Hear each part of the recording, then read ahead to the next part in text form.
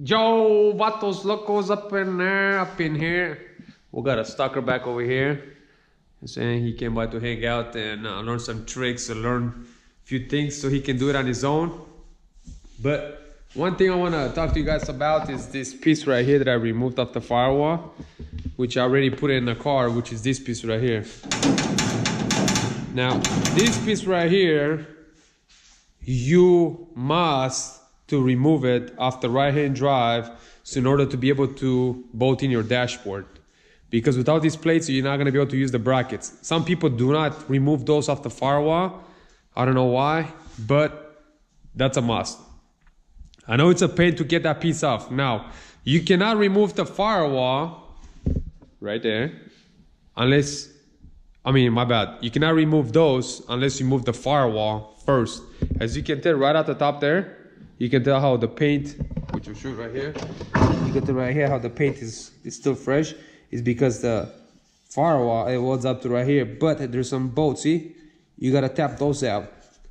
So in order to tap those out, you gotta take the firewall out. Okay? Now, in order to take this off, it's pretty much whatever spot was, which is, one here, here, here, here. Then you got these ones down, which is, it goes right here. And then you got these ones right here, which those are going to get welded back over here. See that? Okay.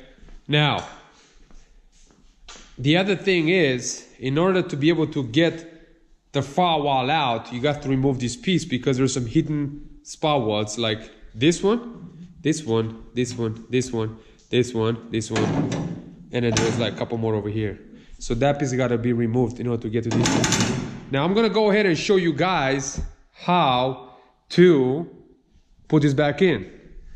It's not that hard. I don't know if this is the way it goes, but from what I seen looking on the car before I took it off, if I can get over here. Okay, so as you can tell, there's a hole right there, right? You see that? Are you watching? All right, so there's a hole right there. So what you gotta do, you gotta line it up. See that? Gotta line up this hole with that hole, which is right there. See that? Now you can tell it kind of goes under this bolt right here.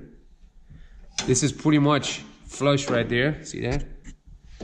Now this right here, you gotta make sure that this is straight up and down. And this has got another adjustment, which is right here. You see these ones? There's 3 layers of metal right there. So as soon as you line those up, so pretty much straight up and down. Make sure that's lined up. Make sure this line up because your firewall is gonna get welded up right here, and it's gonna match with this. It's gonna match with this right there. Now, in order to get this piece off, you gotta unfold it right here. Now you also gotta keep in mind those are actually a pain to remove because they're not just power welded. They're actually, this piece is welded to the body. So actually you gotta get in there and chisel it off and clean it up. So I'm going to have to weld this piece to the body first, and then I'm going to weld this one to that piece right there. So there's actually 4 layers of metal right here. 1, 2, 3, 4, 1 on the outside. So that kind of gives you an idea. So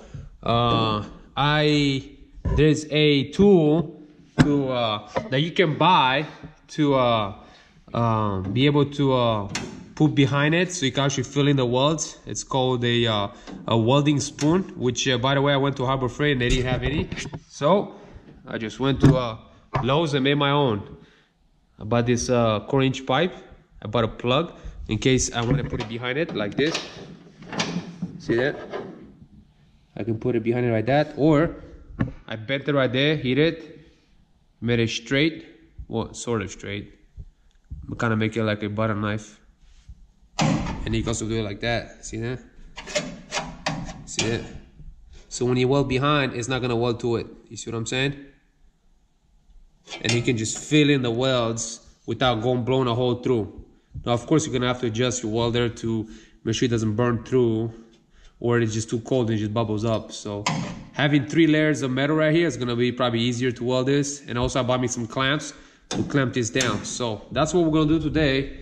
We're gonna go ahead and just weld those up And after we're done welding those up, so this is the tool. You can buy from any like Home Depot, Lowe's, like Home and Goods. That's kind of what I decided to make. This is not something that I looked up on tutorials on YouTube or whatever. I just kind of made it myself. It might get hot when you weld because you'll be touching somewhere in that area. But if it gets hot, use some gloves. You know, it's not gonna burn your hands. But you know, pretty much simple. Just I mean, you're gonna have to weld behind right here too. See, yeah. So when you weld, look at that, bam. Or you can hold it like that. See that? See it?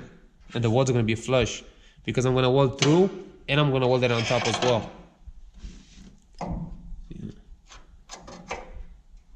I'm gonna have to clean all these welds nice, so when I weld it, I can back it up nice. But anyways, and then I got this other tool right here. Oh, not tool, but those are to kind of pinch in the metal. I don't know what you call them, like kind of vice grips or something.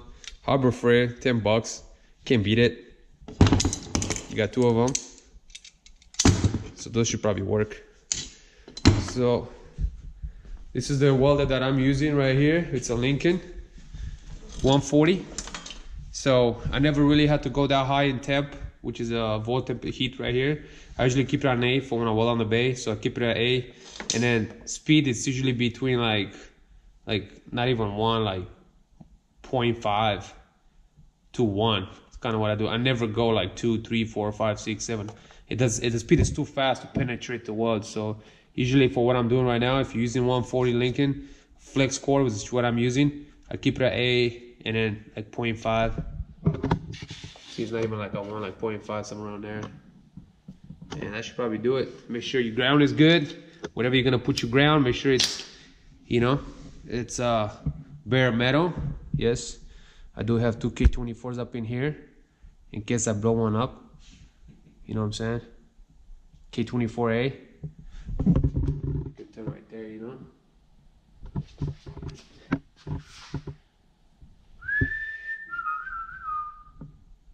Yeah, buddy. I gotta clean them up and all that. Rocky, what you looking at? What you looking at? Huh? What you looking at? Crazy Vato Loco up in here. All right, so we're just gonna go ahead and set this GoPro down and I'm gonna get it set up. My boy came here to watch, but little did he know that everybody that comes by, I give him like a wire brush, a screwdriver or something. But since I have an extra hand while I do that or whatever, I'm probably gonna have him scrape this off, you know, all this silicone. Because when I weld it, I'm gonna have to have all this clean. So the silicone here, here, here. All right, so, whew, boy, it's cold up in here. Yeah, just to give you an idea how cold it's in my garage. Look at this water. It's frozen. Look at that.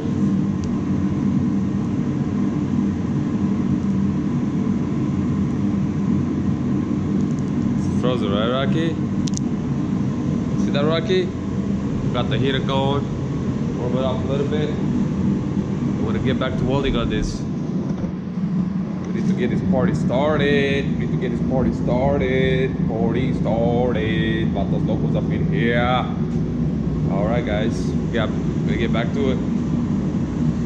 We're going to get back to it. All right, Rocky, what do you say? Get back to welding on this? Yeah, buddy. Day 2 on the bait. How are you recording? All right, so got my boy Vato Loco up in here. You saw earlier, I guess, when I did an intro, right? Didn't I? What's up? Nah. I did an intro with you earlier, right? Yeah, you did. We did the intro. I keep forgetting. Anyway, so now we're working on this, installing this chingalera. As you can tell, there's some welds there, kind of went up right here. I'm not just like spot welds, but I'm also kind of trying to fill in a little bit. And I'm gonna grind it off because the molding is gonna go right here. And I'm just making it extra stronger, like, you know, I'm also welding across a little bit. So just kind of make it, it's already one piece solid right now.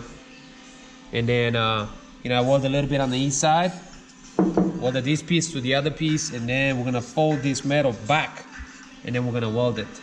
So we're at the point right now where actually I'm about to bend this over, flip it, and then weld it. So I'm just gonna probably set this right here. So as you can tell, it's welded all the way around, not just the spot welds, but also that way. As you can tell right here as well. See that? Weld every single spot welds at the bottom there. It's all cleaned up. It's all thin. See that? It's all thin right there. So when you put your molding, it's gonna look nice and clean. See that? You can even tell it's been taken off and welded up. See that? It's all smooth. Same thing to the other side. Got the Type R. Got the Type R deal up in here. All nice and welded up. Super solid. I mean, this thing wasn't welded like that factory, just spot welds. Well, guess what? I welded all the spot welds and welded in the front side and back side. I mean, this piece right here is so solid, it's like no joke. As you can tell, I clean it up right here. Clean it up on the back side, right here as well. Welded at the bottom.